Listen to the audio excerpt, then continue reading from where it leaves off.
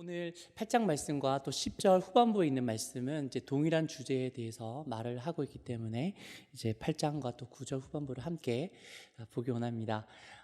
여러분, 성도 여러분, 고기 좋아하십니까? 네, 고기 너무 저도 좋아하는데요. 예전에는 돼지고기를 좋아했는데 요새는 오리고기가 더 좋더라고요. 네. 근데 이 고기 먹는 문제에 대해서 우리는 뭐 소고기도 먹고 돼지고기도 먹고 뭐 오리고기도 먹고 이제 다양한 고기를 자유롭게 먹을 수 있지만 이 고린도 교회 성도님들에게는 이제 고기를 먹는 그 문제가 많이 이제 중요한 문제였습니다. 왜 중요한 문제였냐면 그 당시에 우리가 예전에 그랬던 것처럼 고기 먹을 수가 드물고 힘들기 때문에 이제 그런 문제가 있어서 그런 게 아니라 고기는 고린도 지역이 이제 상업으로 또 무역업으로 많이 발달했기 때문에 먹을 것은 넘쳤지만 과연 이게 먹어도 되는 건지에 대한 혼란스러운 것이 있었기 때문에 사도 바울이 한 장에 걸쳐서 이제 고기 먹는 문제에 대해서 말하고 있습니다. 왜 고기 먹는 문제가 그 고린도 교회의 또 신앙의 문제였는지 우리가 한번 살펴보기 원합니다. 고기는 우리는 지금 도축장에서 이제 잡아서 이제 깨끗하게 손질해서 이제 도매점으로 소매점으로 해서 우리에게 옵니다. 예전 시골에서는 직접 이제 시골에서 잡았죠.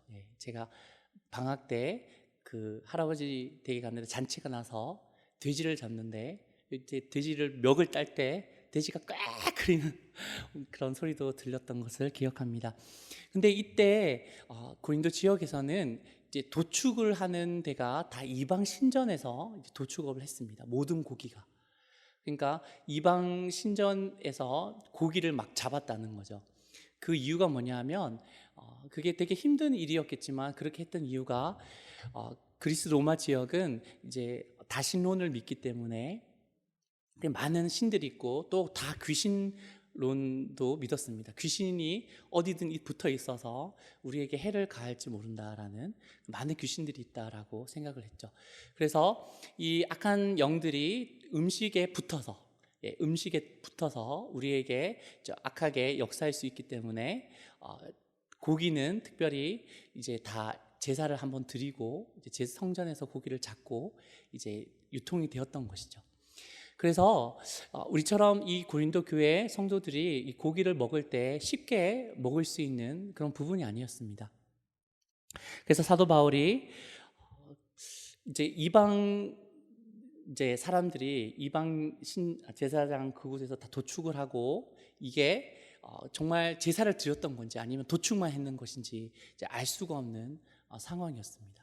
그래서 이 고기를 먹을 때 어떤 믿음이 강하고 또 이 고기를 먹을 때 이거는 크게 상관이 없어라고 생각한 사람들은 그냥 믿음으로 먹었지만 어떤 사람은 이 고기를 먹을 때 되게 고민이 되는 거죠. 고민이 되고 또 양심의 가책을 느끼면서 먹는 사람이 있었습니다. 그래서 사도 바울은 이 고기 먹는 문제에 대해서 우리에게 말씀을 할 때 하나님의 말씀을 우리에게 들려주고 있는 것입니다. 우리 먼저 우리 오늘 본문의 말씀을 한 번 더 보기 원합니다. 한번 보면요, 제가 읽어보면 우상의 제물에 대하여서는 우리가 다 지식이 있는 줄을 아나 지식은 교만하게 하며 사랑은 덕을 세우나니 라고 말씀했습니다.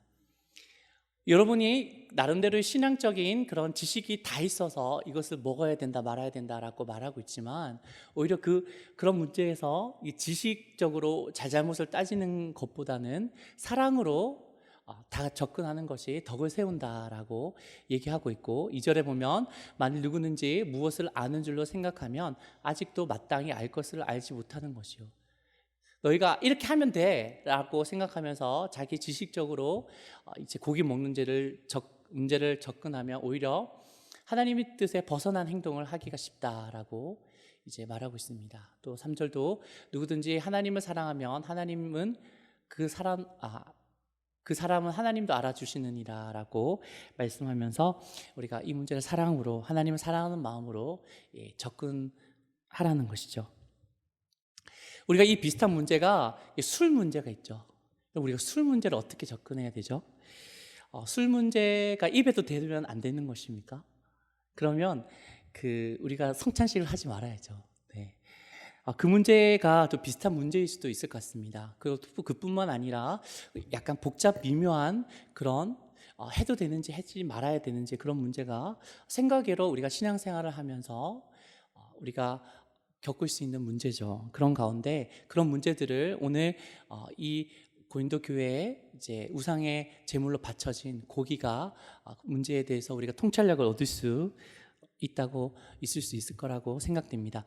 첫 번째로 바울은 하나님의 바른 진리를 깨우쳐 주는 거죠. 너희가 이렇게 우상 신전에서 고기를 잡고 하는 것은 그 고기에 악한 영적인 세력들이 들러붙어서 우리에게 해를 가한다고 생각하고 있는데 그 생각 자체가 잘못된 거다라고 이런 바른 신학적인 가치관을 바울은 심어줍니다. 우리 4절에서 6절 말씀을 한번 보시겠습니다. 제가 읽어보면요, 그러므로 우상의 제물을 먹는 일에 대하여는 우리가 우상은 세상에 아무것도 아니며 또한 하나님은 한 분밖에 없는 줄을 아노라. 우상은 아무것도 아니고 그런 영향력을 미칠 수 없다라고 말하고 있습니다. 또 5절에 보면 비록 하늘에나 땅에나 신이라 불리는 자가 있어 많은 신과 많은 주가 있으나, 다음 절에 보면요, 그러나 우리에게는 한 하나님 곧 아버지가 계시니 만물이 그에게서 났고 우리도 그를 위하여 있고 또한 한 주 예수 그리스도께서 계시니 만물이 그로 말미암고 우리도 그로 말미암아 있느니라. 아멘. 이 말씀하시면서 너희가 갖고 있는 그 미신적인 것들이 다 성경적으로 볼 때 하나님께서 보시기에 거짓된 것이라는 거죠. 굳이 그 고기들을 이방 신전에서 어떤 액땜을 한다고 안 잡아도 된다는 거죠. 그런 다 이방 신들은 다 거짓된 거고 참 하나님밖에 없다라고 말씀하고 있습니다. 그럼 먼저 하나님의 분명한 뜻을 그들에게 말씀했습니다. 그러면 어떻게 해야 되죠? 그러면 지금 고기들을 우리가 그렇기 때문에 그 고린도 교회 성도들이 이제 잡아서 직접 먹을 수도 있겠지만 그것도 한계가 있고 이제 고기가 막 유통되고 있는데 그러면 실제적으로 어떻게 고기를 먹어야 될까요? 그 문제에 대해서는 세 가지로 이제 바울이 얘기하고 있습니다. 첫 번째로는 이방 신전에서 도살되고 이방 신전에서 제사를 드리고 또 이방 신전에서 그 고기를 먹었습니다. 마치 우리가 제사를 드리고 나서 제사 음식을 바로 먹는 것처럼 우리는 가정에서 먹지만 그 당시에는 이방 신전에서 제사를 드리고 거기서 먹고 했던 것에 대해서 우리 그리스도인들은 어떻게 해야 될까요? 먹어도 됩니까? 이방 신전에 우리가 찾아가서? 그러니까 지금 우리로 따지면 우리가 불교의 법회를 하는데 직접 찾아가서 굳이 그 불교 법회하고 나면 보리밥하고 된장국하고 야채하고 주잖아요. 여러분 드셔보셨습니까? 네, 저는 먹어봤습니다. 저는 등산하고 나서 아버지께서 들어가서 밥 먹자고 해서 등산하고 나서 저기 팔공산에 절에 가니까 그냥 앉아 있으니까 꽁보리밥에 된장국에 주시더라고요. 한 그릇 먹고 왔던 경험이 있는데 맛있더라고요. 근데 그렇게 우연찮게 그런 경험은 할 수 있지만 예수 믿는 사람이 일부러 찾아가서 절밥을 먹을 필요는 없죠. 그래서 바울은 이렇게 얘기했습니다. 우리 고린도전서 10장 20절과 21절에 보면 이렇게 얘기했습니다. 우리 함께 한번 읽어보겠습니다. 무릇 이방인이 제사하는 것은 귀신에게 하는 것이요 하나님께 제사하는 것이 아니니 나는 너희가 귀신과 교제하는 자가 되기를 원하지 아니하노라. 너희가 주의 잔과 귀신의 잔을 겸하여 마시지 못하고 주의 식탁과 귀신의 식탁에 겸하여 참여하지 못하리라. 아멘. 특별히 21절에 보면 우리가 하나님의 교회에서 주님의 피를 마시고 주의 떡을 먹는 그렇게 그 거룩한 성도로서 우리가 주님의 피와 살을 먹는데, 그런데 이방 신전에 가서 이방 제사를 함께 하고 또 그것을 먹는 것이 하나님께서 기뻐하지 않는 것이고 그런 것들은 그만은 우리 바울의 모습을 볼 수가 있습니다. 두 번째로 이제 불신자들이 식사 대접을 했어요. 식사 대접을 했는데 그런 케이스는 어떻게 해야 되죠? 특별히 이 당시 고린도 지역의 식사 대접은 우리가 가지는 마치 그런 일반적인 식사 대접이 아니라 회사에서 다 같이 어떤 상무님과 아니면 뭐 과장님과 또 대리분과 다 모여갖고 이제 회식을 가잖아요. 회식을 가면 이제 거기서 또 친해지고 또 정보도 나누고, 그렇게 하지 않습니까? 공적인 의미를 띠지 않습니까? 그런데 이 고린도 교회에서는 식사를 대접하는 것은 이렇게 공적인 측면을 띄었다고 합니다. 특별히 성스러운 식사라고 했다고 해요. 왜냐하면 어차피 이제 제사에 바친 고기를 다시 받아와서 같이 이것을 나누는 것이 성스러운 식사라고 해서 이제 초대를 하면 당연히 수락하는 것이 당연스러웠던 사회적인 현상이었고요. 그리고 이런 시간에 영적으로, 사회적으로, 사업적인 유대가 강화되었다고 합니다. 이런 식사 초대를 거절하면 고린도에서 상업활동, 그런 상업활동을 하는 것이 많이 힘들었다고 하는 것이죠. 그래서 그런 경우에서는 바울이 이렇게 얘기합니다. 우리 10장 27절과 28절을 같이 한번 읽어보겠습니다.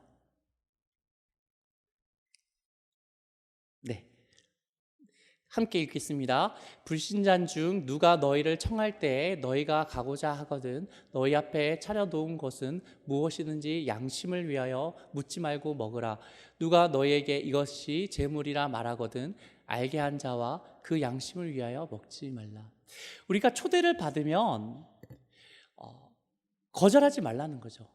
물론 그 고기가 내오면 대부분 이제 한번 어차피 도축은 이방 신에서 하니까 이게 이방 신에게 바쳐진 건지 안 바쳐진 건지 확실하진 않지만 대부분 그렇게 바쳐진 음식입니다. 하지만 초대에 응하고 그리고 같이 먹되 그 친구 집에서 묻지 말고 그냥 먹어라. 근데 그 이유가 양심을 위해서라고 말하고 있습니다. 근데 한참 먹고 있다가 그 사람이 당신이 예수님 믿는 걸 알고 이게 그 제물에 바쳐진 이방신에게 바쳐진 고기인데 당신 괜찮아요? 라고 얘기를 하면 우리가 그렇게 얘기한 사람 이제 어떻게 염려돼서 얘기하잖아요. 물어봤기 때문에 그 사람을 위해서 먹지 말라라고 바울은 얘기했습니다. 그러므로 이제 먹고 안 먹고가 보다는 양심이 더 중요한 문제라는 것을 이제 바울이 얘기하고 있는 거죠. 그리고 세 번째로 시장에서 파는 고기들 어떻게 해야 될까요? 우리 시장에서 파는 고기들은 우리 계속적으로 10장 25절을 보시겠습니다.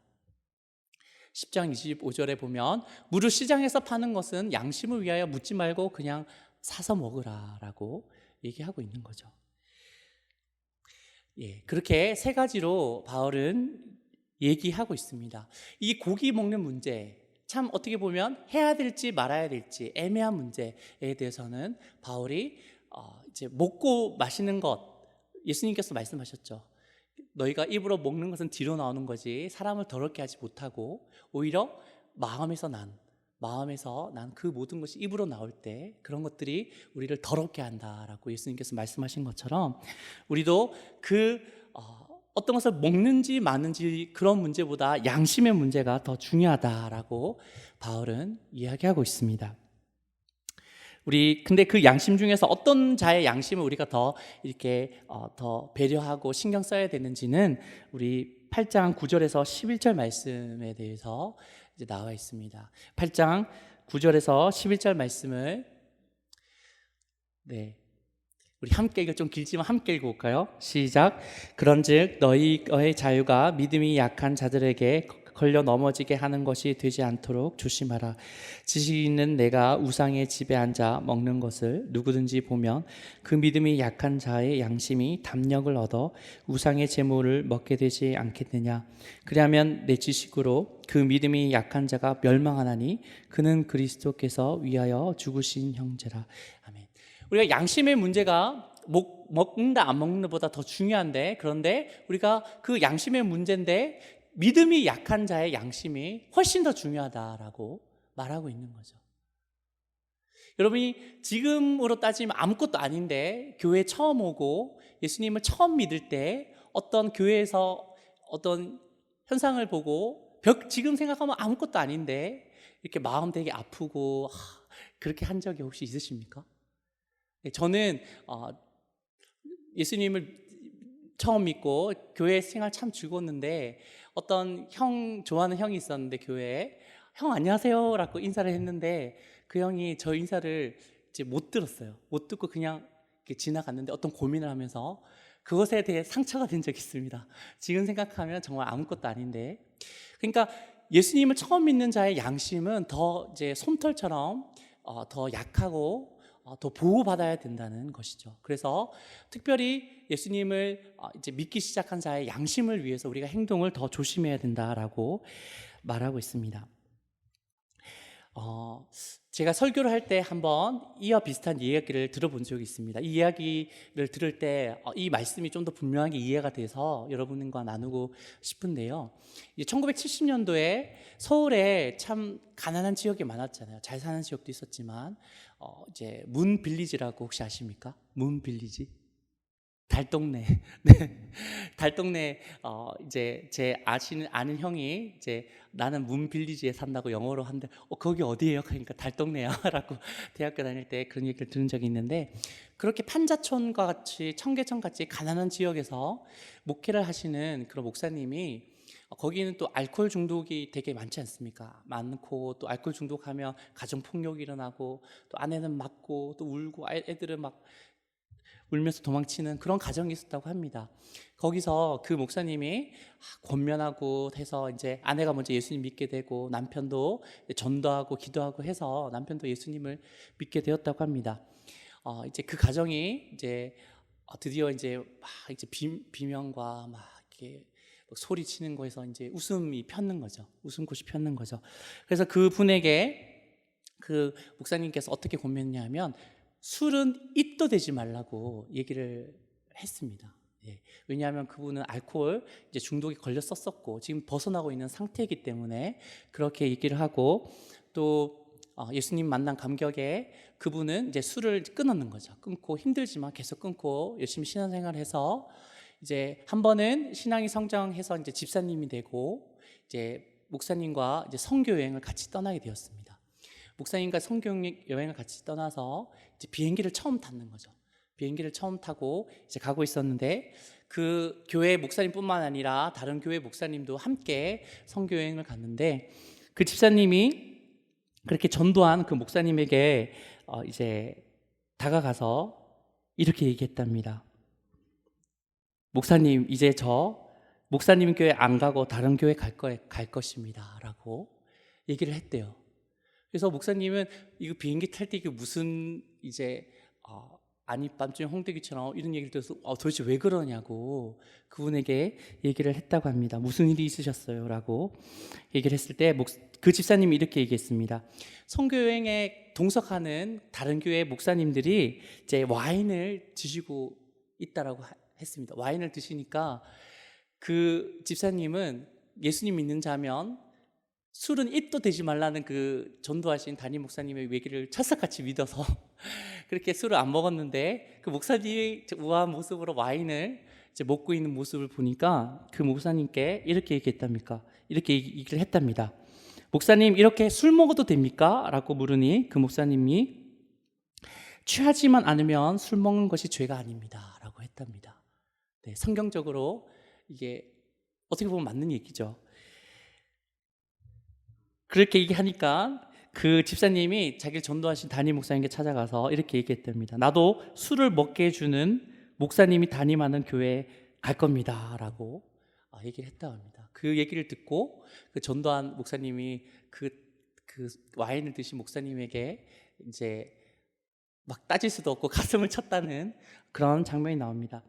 그분이 이제 예수님을 믿고 이제 술도 끊고 착실한 남편이 되었는데 술에 대한 유혹이 있겠죠. 그리고 또한 술에 대한 어떻게 해야 되나, 목사님은 입도 대지 말라고 했는데 이런 생각이 있을 것입니다. 하지만 그 와인을 드시는 그 목사님의 모습을 보고 양심이 이제 담력이 생긴 거죠. 용기가 생긴 거죠. 어떤 용기가 생겼죠? 예, 죄 지어도 된다. 그러니까 꼭 이렇게 조심 안 해도 된다. 좀 어떤 자기의 그런 것들을 누릴 수 있는 그런 어떻게 보면 죄에 대한 유혹에 대한 용기가 더 생긴 것이죠. 그것이 바로 믿음이 연약한 자에게 그 걸림을 놓는 것입니다. 어, 그 비행기에서 와인을 이렇게 먹는 거에 대해서 우리 이번 1월 달에 간 우리 단기 선교에서 우리 청년 중에 한 명이 저한테도 물어보더라고요. 옆에 그 평신도 선교사님이 탔는데 와인을 드시더라고. 그래서 물어봤는데 괜찮다고 하는데 저한테도 물어봤습니다. 저는 대답을 잘 못했어요. 근데 그 질문을 우리 김은실 선교사님한테도 이제 묻더라고요. 우리 청년이. 그러니까 김은실 선교사님이 지혜롭게 어떻게 말씀하셨냐면 계속 한 군데 앉아 있어서 몇 시간을 가니까 혈액이 안 도는데 와인을 먹으면 혈액이 잘 돌기 때문에 그런 측면에서 드셨을 것이라고 하니까 이제 우리 청년이 이렇게 끄덕끄덕 그렇구나라고 얘기를 하던데, 어쨌든 그 케이스는 잘 넘어간 케이스지만 이렇게 믿음이 이제 연약한 자는 우리의 행동을 인해서 그 양심이 담력을 얻게 되고 오히려 죄를 짓게 된다라고 말하고 있습니다. 우리 다시 한번 보면요, 10장 10절에서 11절 말씀을 한번 보시겠습니다. 제가 한 번 더 읽어보면, 지식 있는 내가 우상의 집에 앉아 먹는 것을 누구든지 보면 그 믿음이 약한 자들의 양심에 담력을 얻어 우상의 제목을 먹게 되지 않겠느냐. 그러면 내 지식으로 그 믿음이 약한 자가 멸망하나니 그는 그리스도께서 위하여 죽으신 형제라. 아멘. 네, 그래서 그 믿음이 연약한 자를 위해서 우리가 더 이제 조심하라라고 바울은 말하고 있습니다. 바울은 어느 때까지 말했냐면 우리 13절을 한번 보시겠습니다. 네, 넘어가서 13절을 보면요, 바울은 어디까지 말했냐면, 제가 이거 보면 그러므로 만일 음식이 내 형제를 실족하게 한다면 나는 영원히 고기를 먹지 아니하여 내 형제를 실족하지 않게 하리라. 바울은 내가 고기를 먹는 것이 한 명이라도 이 작은 우리 믿음이 약한 성도님의 한 명에도 걸림돌이 된다면 어떻게 한다고요? 13절에 보면 영원히 고기를 안 먹을 것이다, 채식주의자가 될 것이다 라고 그렇게 말하는 거죠. 한 이제 집사님이 이제 교회에 와서 제가 실제로 있었던 일인데요, 이제 믿음이 생기고 이제 믿음의 사람들과 이제 등산도 하고 그래서 믿음이 점점 늘어났는데, 한 번은 저기 경기도에 있는 산에 이제 정상에 올라갔고 이제 음식을 내는 거죠. 음식을 내는데 음식을 내서 음식을 먹고 있는데 한 분이 이제 막걸리를 가져왔다고 합니다. 교회 막걸리에서 한 잔씩 먹어라, 이건 약주라고 먹으라고 해서 이제 따라서 고민을 하면서 이제 먹긴 먹었는데 그 이후에 그 집사님이 교회를 안 나왔답니다. 왜냐하면 세상에서 나는 술도 많이 먹고 그렇게 했었는데 교회에 와서 이제 뭔가 이제 좀 다른 것 같은 이제 그런 믿음의 사람들과 교제를 하고 참 좋았는데 막걸리를 따라주는 거 보고 이거 똑같은 거 아닌가라는 생각으로 그 믿음이 흔들렸다고 하는 것이죠. 잠깐만 술 얘기를 해서 죄송한데요, 우리 술뿐만 아니라 우리의 행동이 믿음이 연약한 자에게 믿음을 이제 좀 흔들 수 있는 그런 부분이 있을 수 있음을 우리가 알아야 됩니다. 제가 그 학부 때 설교를 들었는데 너무 설교를 잘하시고 너무 이제 간증도 들으시고 하니까 너무 훌륭하신 목사님을 제가 찾아뵀습니다. 그래서 제가 너무 이제 인사드리고 싶어서 이제 쫓아가서 예배 마치고 나서 그분께 이제 악수를 청했어요. 악수를 청했는데 악수를 해주시더라고요. 악수를 해주시는데 그분이 저에게 그런 의도는 아니셨겠죠. 근데 제가 이제 신학생인데도 불구하고 믿음이 연약했는가 봅니다. 악수를 하는데 악수는 저한테 하시고 고개는 딴 데 보시고 이렇게 하시더라고요. 딴 분을 바라보면서. 그게 참 마음에 어떻게 보면 좀 흔들렸습니다. 네. 왜 흔들렸냐 하면 별것 아닌데 나도 목사가 될 건데 혹시 저렇게 하면 성도님들이 이제 상처받을 수도 있겠다라는 생각도 들고, 괜히 어떤 생각도 드냐 하면 저분의 설교와 삶이 다른가 이런 생각도 이제 들었습니다. 물론 제가 잘못 생각했던 것이겠죠. 하지만 우리의 행동과 그런 말 가운데 우리는 괜찮고 우리는 그만한 믿음이 있고 지식이 있고 바른 신학이 있기 때문에 우리는 괜찮은 것이 믿음이 연약한 자에게는 큰 어려움과 시험거리가 될 수 있다라고 사도 바울이 얘기하고 있는 거죠.